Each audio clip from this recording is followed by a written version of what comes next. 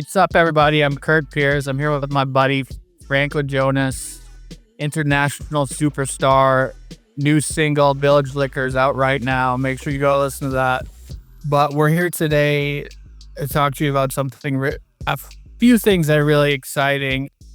First up is that we're doing a comic together which we're not going to tell you the title for yet, but we are going to tell you that you can read the first appearance and preview of this character we're doing in the back of Lost Fantasy number 5, which is in stores November 19th.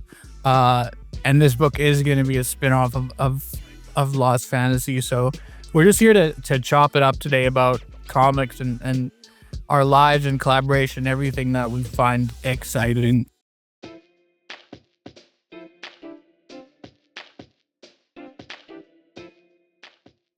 Sort of talk to me about your journey into comics. I know you and I talked about this in person when we sort of met at San Diego, and I thought it was, really, really interesting. And you are deep into comics.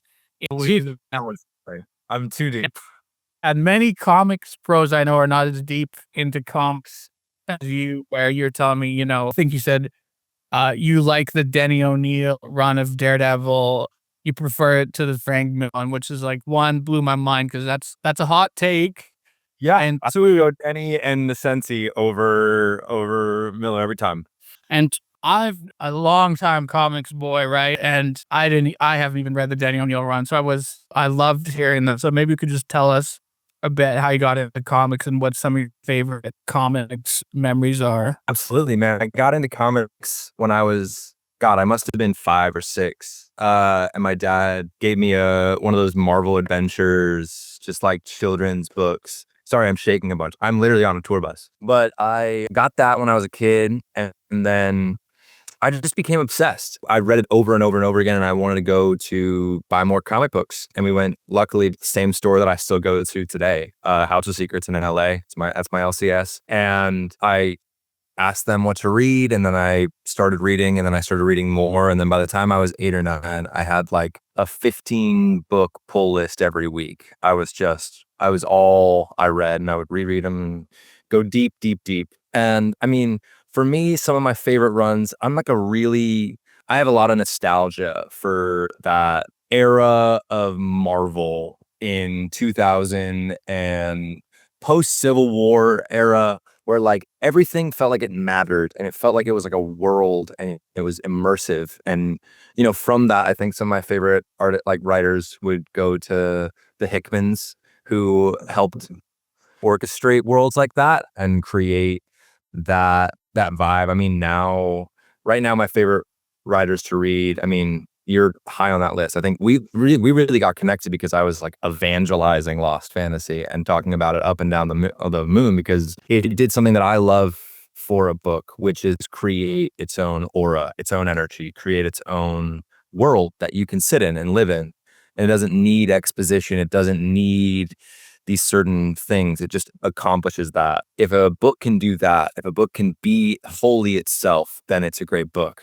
Besides that, I mean, since now being an adult and reading, I've gone back and tried to read through the Marvel chronology as much as I can, which has been an undertaking. And I started in 1975. I didn't really want to read the really early Silver Age stuff, and now I'm already on 89 or 90. So I've read 15 years of comics in the past 9 months. That's incredible. I mean, I think what's so interesting to me about what you said is that our favorite comics there's overlap there, because you're saying that you're into the sort of the early 2010s era of Marvel, right? Where even though I'm a little bit older than you, those were the comics that I was really locking in on too, when it was, I think, kind of a modern golden age, when it was Hickman, Bendis, Rick Remender, Jason Aaron, Ed, it was like a Murder's Row writer's room. And I think it kind of was a really unique situation there, where it was kind of you think about it now, it's wow, the fact they had all those guys working on those books was pretty amazing.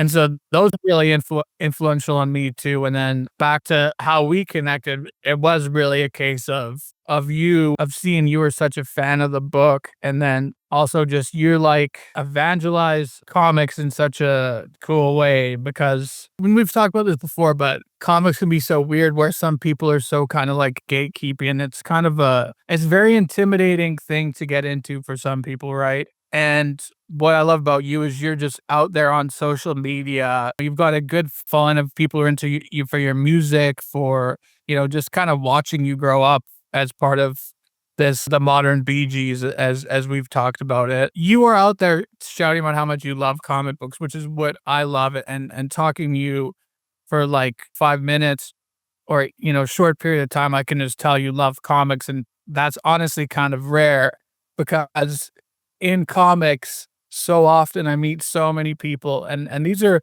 executives at big publishers and stuff, and you talk to them and you feel like, do you even fucking like comics, right? Like, I meet with people all the time, like, do you like comics? Because, like, I understand you talk to some of these guys, it's like they don't seem like they read a comic book in their life. And so one thing that I absolutely love about collaborating with you and just sort of your energy is that you love comics and you're trying to share that with people. And I think it's just what we need more of, frankly. I think 100%.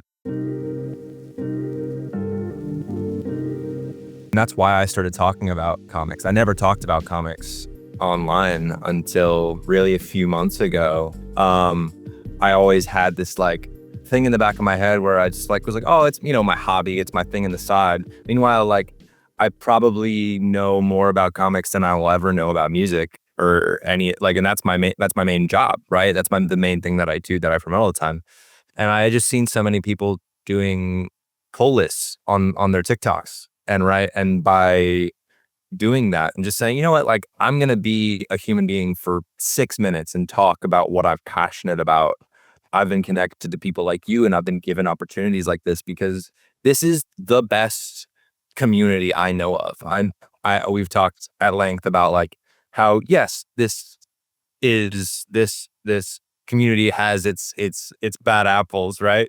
But for the most part, we just want to be accepted and supported. And like, physical media needs to be supported, and it needs to be uplifted, and it needs to have people shouting from the rooftops about like, yeah, like, comics obviously look like they're huge, like a huge endeavor to get into. And like, of course, if someone wants to start reading comics, they're going to look at like the big two and then not know where to start. Whereas like, I'm now of the opinion where I'm taking like guys on tour that I'm with, I'm bringing them to the comic book store on Wednesdays and bringing them image books and saying like, this is a 4-issue limited series. Like, read this. This is fantastic. Right. Or like, whatever it might be. That's great. And yeah, I do want to clarify, there's bad apples and everything, but I think you're right. People who love comics and are just comics fans are kind of the best in so many ways, where I feel like just kind of like brings people together, right? The love of these books. And I love going to the shop on a Wednesday, right? One of the funnest things I've done last couple of weeks was when they had that Batman #1 book come out. I went down to the comic shop that my buddy owns, who's a great retailer, Kelly Dowd, who owns Red Skull Comics in Calgary. Shout out to my boy Kelly. But they had the blind bags, right? So we're in the store just hanging out, talking shit, and like, we're buying these blind bags and ripping them open. And like, yes, is it a version of gambling? 100%. It's really fun to do. Yes. So, and it's like, I pulled the J. Scott Campbell, one of the other guys there wanted that cover, but said, hey man, we'll just swap. Right. And it's like, and then the guy ends up finding out I'm the writer of Lost Fantasy, buys a copy, is going to do a sketch cover on the blank cover #5 we're due. So it's like, really a magical community in so many ways. And so like, I just love that you have this enthusiasm and you're spreading the gospel. And it's like, we need 1,000 people like this. We can bring more people into the comic shop, because there's something so special about the comic shop and that experience of going in and sort of talking with folks and like breaking bread kind of. It's like, it's a really a sacred, space, I think.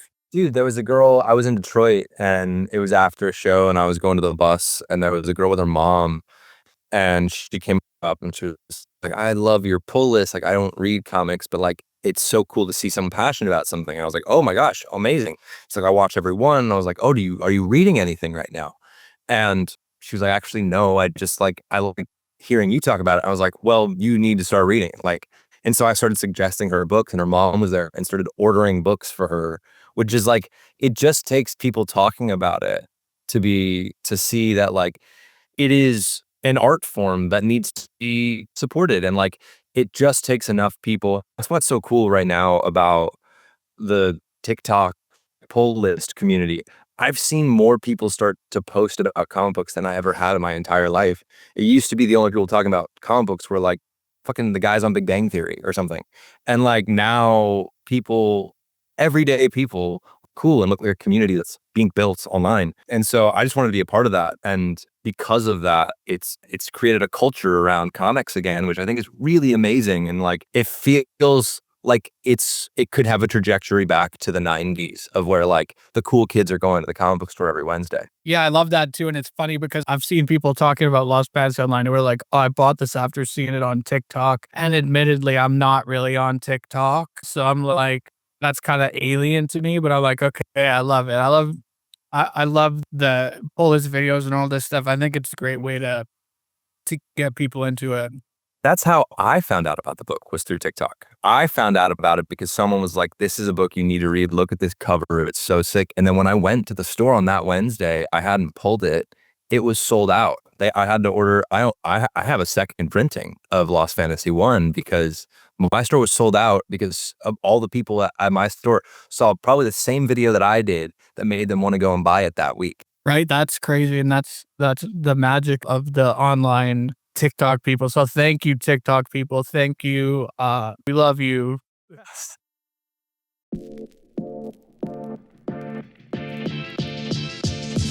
Curt, I wanted to talk to you about how you're sort of handling your current slate of books. I mean, you sent me Galactic, and like, I loved it personally just because it sort of reinvented a childhood favorite of mine without the pesky Luke Skywalker aspect of Star Wars, and just getting rid of that, I was so in. But I wanted to talk to you, like, I want to hear what you, right now, you have such a slate of books that are being really celebrated across the board. Like, what's that like, and how are you managing all that?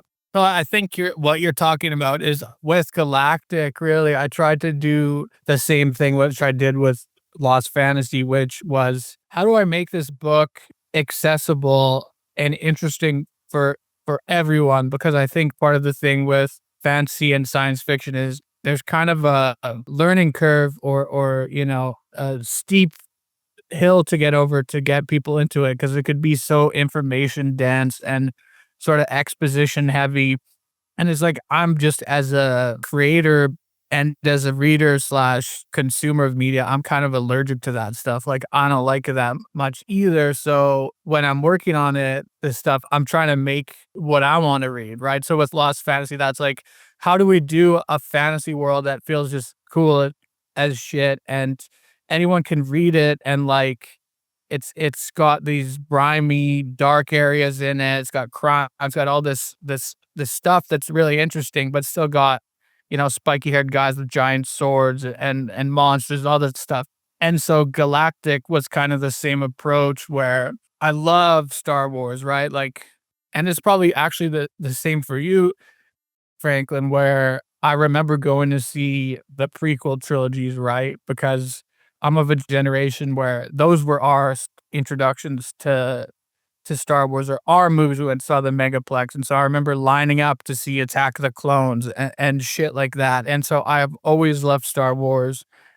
And I just feel like it hasn't for a while tapped into what's made it so great. There's been bright spots like Andor and all this stuff. But I really wanted to say with Galactic, okay, if I was going to do my version of this sort of storytelling, how do I do it? And so it's very grounded. It's got comedy in it. It's got sex. It's got romance. It's got violence. It's got sort of everything. And it does have the larger world building stuff that people like about Star Wars or Dune, but it's done in a way that we kind of like guide you into it. It's not just like thrown at you. So it's really a love letter to like what I like. And I was trying to find a way to tell a really character driven story across backdrop. Especially at the end of issue 1, I definitely got a lot of Dune, which I loved. I thought that was so cool. I mean, to your point, like the Star Wars movies, what makes them work was when they were mature and adult. And I think that that's what a lot of the new stuff fails to understand, because as a kid, right, watching whatever, we were so astonished by the mature content in these films, the real like adult narratives, especially in the prequels. And it's reading Galactic, it's just like, I love the way you approached it from the perspective of like, oh, like I'm going to make it even more adult and I'm going to make it what I want. And that's something that brought me to Lost Fantasy and getting to work together. I've seen so much of, which I've really appreciated, of like, I just want to make what I want to make. I think it's such an incredible, I think more artists need to be doing that right now, because that's what makes great art. And that's what makes people like things, not making something that someone's going to like. It's interesting too, because I feel like you kind of do that with the book we're working on, which we're being so top secret about, because we don't want to blow the headlines. Okay, you guys, we don't want to blow the reveal. But the book we've been working on, I think it's got a lot of really interesting stuff. And I think there's stuff that you do the same thing, right? Where you're trying to make a book that excites you as a reader and that you'd be excited to go pick up, which I think is the main thing people should do on everything. That I feel like some people lose sight of that, right? They're trying to be a writer, trying to do this stuff so bad that they're working on stuff that they probably wouldn't buy, right? And that for me is sort of my guiding principle is like, okay, if I'm working on something that I wouldn't buy, what the am I doing, right? Like that's when you're betraying yourself and sort of honestly your readers when you work on stuff that you don't really like stand behind. And so I think what you're speaking to is what people want, where they want authentic sort of like creative voices and stuff, because we've gotten to a point where there's so much sort of like corporate content and stuff that people can just tell when there's really a passion behind something, right? I think it's why the new Superman movie did so well compared to like a bunch of superhero movies that have floundered. And it's because there's a real energy and creativity and also like emotional core to that movie that is so uniquely James Gunn and that cast. You could just tell, and it's like crazy. You know the movie's big because people are singing that song, and that song from the end of it is on every reel, right? And I said, what was the last movie that did this? Like any movie, I don't think. The last movie that was Guardians of the Galaxy Volume 3 with the Florence and the Machine song. Yeah, right? And then the song that's in the first Guardians of the Galaxy actually did that Hooked on a Feeling, where you just start hearing that song everywhere. So I think it's a lot. It's like people really respond to just seeing creators and creatives who love the stories they're telling. And that's what I'm trying to tap into. 100%. And to your point about Superman, I think that I've talked at length about this with you or my girlfriend Anna, of like comics when they're at their best, they are saying something. They're trying, like in its inception, the best comic books of the Silver Age, even the Golden Age, were like either political comics or political commentaries, or especially the Silver Bronze Age, were like protest books, right? And so that's what's so special about Superman is like, and that's what makes it feel so different than say other films that the Marvel world is putting out, is like it really has an intention behind it, and it really feels like someone is trying to communicate or convey a series of like political or personal messages. And I think that like a great book accomplishes that. Well, funny, you touch on something important, which I think, and we're going into really deep on Superman, but it does connect to stuff. But I think what I love and why that movie works is because the Superman movie is basically about the fighting to stay kind in a world that makes it almost impossible to be, right? That's the whole central conflict of that movie, is the character of Superman has like a core value set and everyone around him wants him to betray it. And it makes him, it's the main source of all the conflict and everything around him is he's very sentimental and loving and kind in a world that is not ready to deal with that.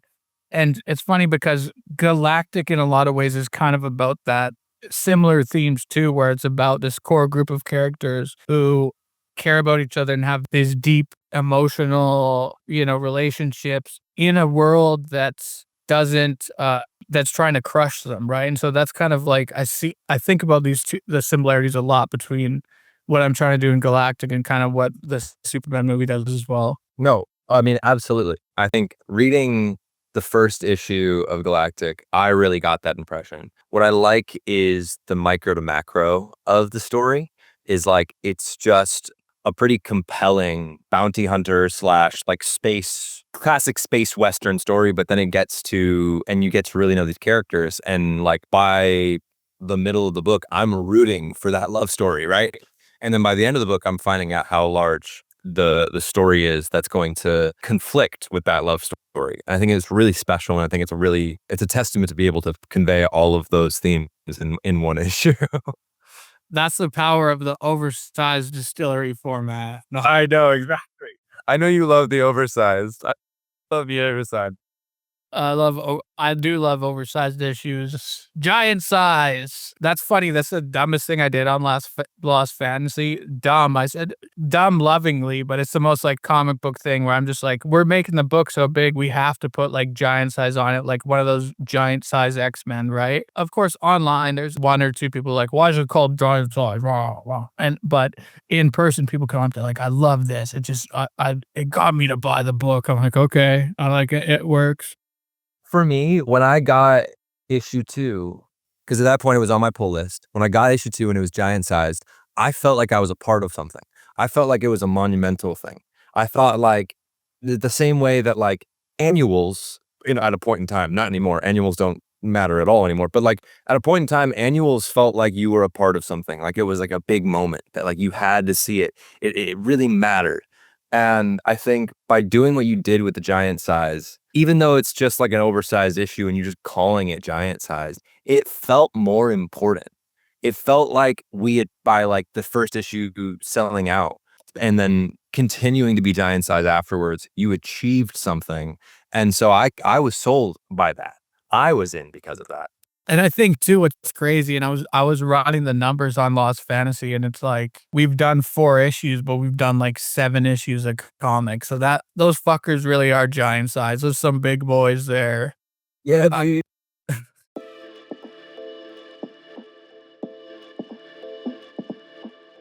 Franklin, obviously now you're a man of multiple mediums. I'm a multi-hybrid, if you will. Yeah, you're a renaissance man with the amazing music stuff you're doing and the book co-writing that you're diving headfirst into writing comics. What are some of the differences and similarities you notice crafting songs and crafting comics? There's a couple. I find, at least like for my creative process, right? I think that everyone's creative process with music, and I'm sure with comics now that I'm in that world, is all very different. I think for music, for me, I'm like, I need it to be like, it's never going to be right. I'm getting in that place now where we're trying to release more singles, but I'm like, I don't know, it might, this could be better. And you end up like deleting songs and then starting again. I'm not that kind of person where like I commit something and then I regret it afterwards. I don't commit it. And then I'm like, so glad I made that creative decision. I think of all the other things I could have done with this. Like, I think with our book, I find it when I send you pages and you send back like a much more veteran edition of whatever I had put on the page, like I feel like, yeah, great.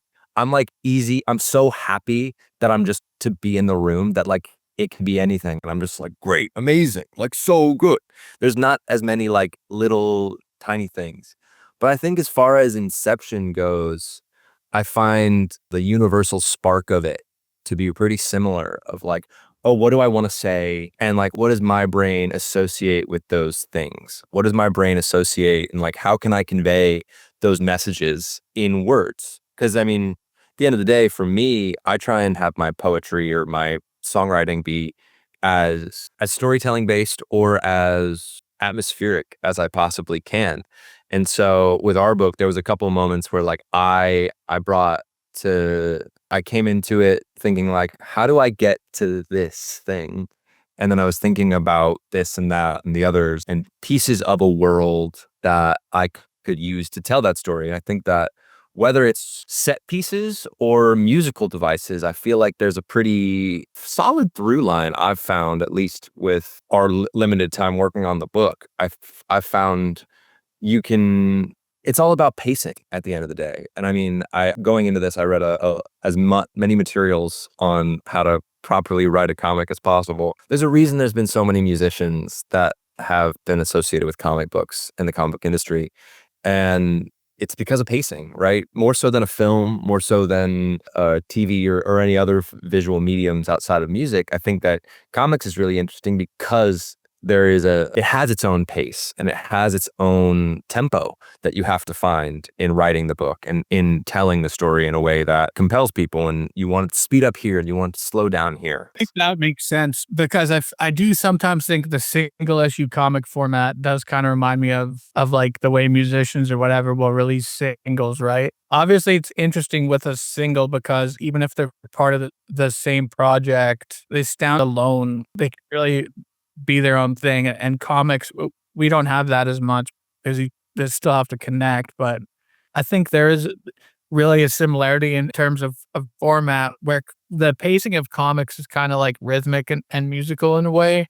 And like good comics have kind of their hooks, or, the hook of a pop song is the chorus. The hook of an action or superhero comic is the fight. And so there's sort of a rhythm and payoff that your readers or your listeners expect from you, right? And I always think of that. I forget who said it, but it's like, don't bore us, get to the chorus, right? It's like I think like that about comics sometimes where I'm like, sure, I want the comics to be well written and sprinkle as much cool writing as I can in there, but at the end of the day, there's certain elements of it I have to just hit on if you want to keep readers engaged and interested. And that's sort of like why someone like Robert Kirkman is like the biggest comic writer, because he understands the comic as like the pop element of comics where people read Invincible, they want to see people beat the shit out of each other, right? And he is not up on his high horse afraid to do that. And that's sort of like where I've gotten to, where it's like, yeah, when I read comics, I love a fucking fight scene. So like,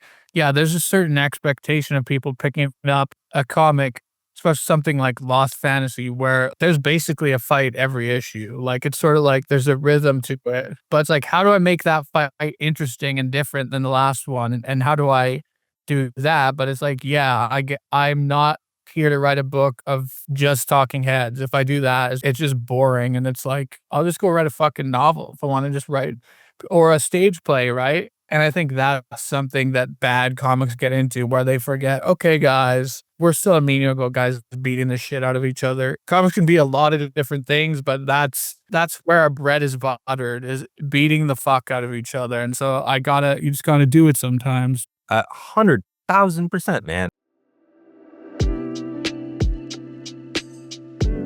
There is such a thing with comics that has created an aesthetic of storytelling that can only be done in comics, and things that can be conveyed in comics that can only be done in comics. And I think that it can get too large and in charge and lose sight of like what the stories that can be told in comics and comics alone. And that's what I loved about Lost Fantasy, and that's what I love about Galactic, is that it feels like if it was any other medium, like I wouldn't. If Galactic was a book, I might not like it the way that I did. I might not appreciate it. It might feel aesthetically displeasing to me in the way that reading it in comic form, I'm excited by it. Well, the thing about comics too is the art, right? And that's one thing.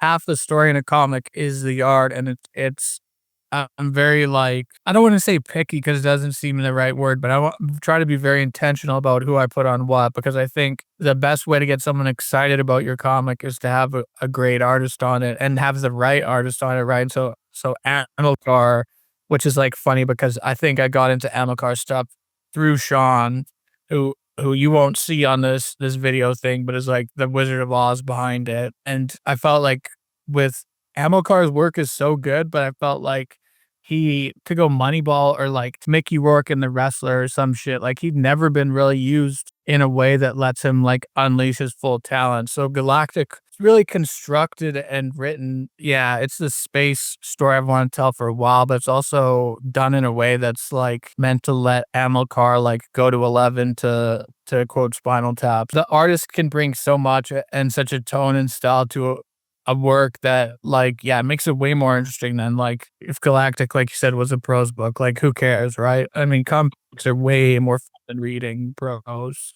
Reading, that's for real nerds. We read comic books, right? Like, all those words, the fuck. I can't do that. I don't have that attention. We just trick you into reading words. Yeah, we're like the fun way to learn to read, you know?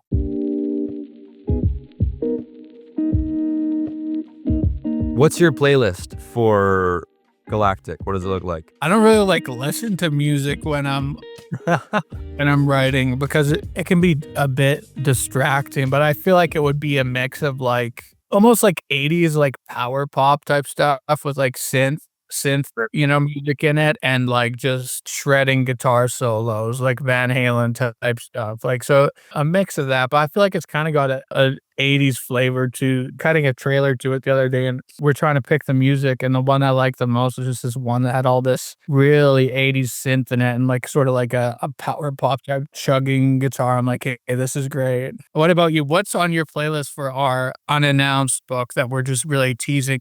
I put up the playlist just hoping that you would ask this. There's a lot of, for me, I imagine our protagonist listens to a lot of the same music that I did in high school, which I don't think I don't know if people in high school are listening to like Midwest emo anymore, but a lot of modern baseball, Tiny Moving Parts, Joyce Manor is on this playlist, The Wonder Years, Story So Far. I keep going. I mean, there's a lot. This playlist is pretty long, but this is when I was writing the first draft, I would listen to this as I wrote, just imagining this character, sort of his well-placed angst, I'll say. It does seem like what that character would do because he's part of this upper crust, right, where he doesn't really fit in, so he would probably navigate to this sort of outsider music. So I like that. Yeah, man, when I was in high school, I had a charmed life, but I still got like my teeth knocked in at a Knuckle Puck concert because I was like stage diving and moshing.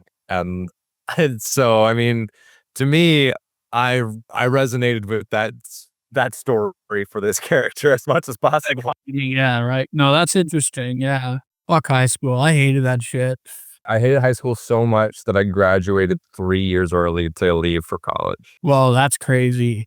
That's some like fucking Doogie Howser shit. You went to college 3 early? So you were like 50 years old in college? I was 15 when I went to university. Yeah. My friends call me Doobie Howser. I smoked a lot of weed. That's good. Doobie. That is a smart fucking kid to do that. Holy shit. Or really stupid. In hindsight, it's 2020. Yeah, no, I like it though. You saw your escape route. I like it. Yeah.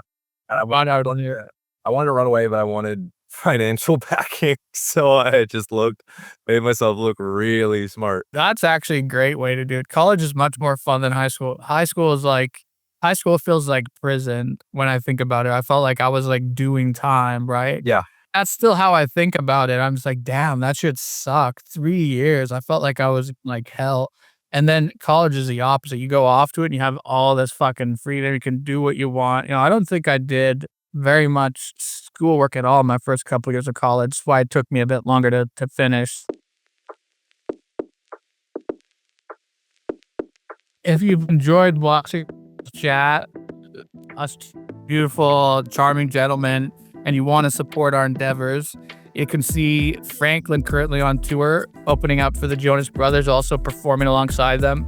You can support Galactic, the new exciting, sexy book from our friends at DSTLRY, by pre-ordering it and letting your shop know you want it. This is really important because it shows them how excited everyone is about this book, and we've made this great book, and we want everyone to get a chance to read it when it comes out on November 26th. So you have until October the 6th to pre-order that one. And then our Franklin and I's first comic book collaboration, and in the back of Lost Fantasy number 5, that's going to come out a couple weeks after that in mid-November, November 19th, and you have till the 27th of October to pre-order that. So to make it simple, just run to your comic shop and say, hey, we want Galactic #1.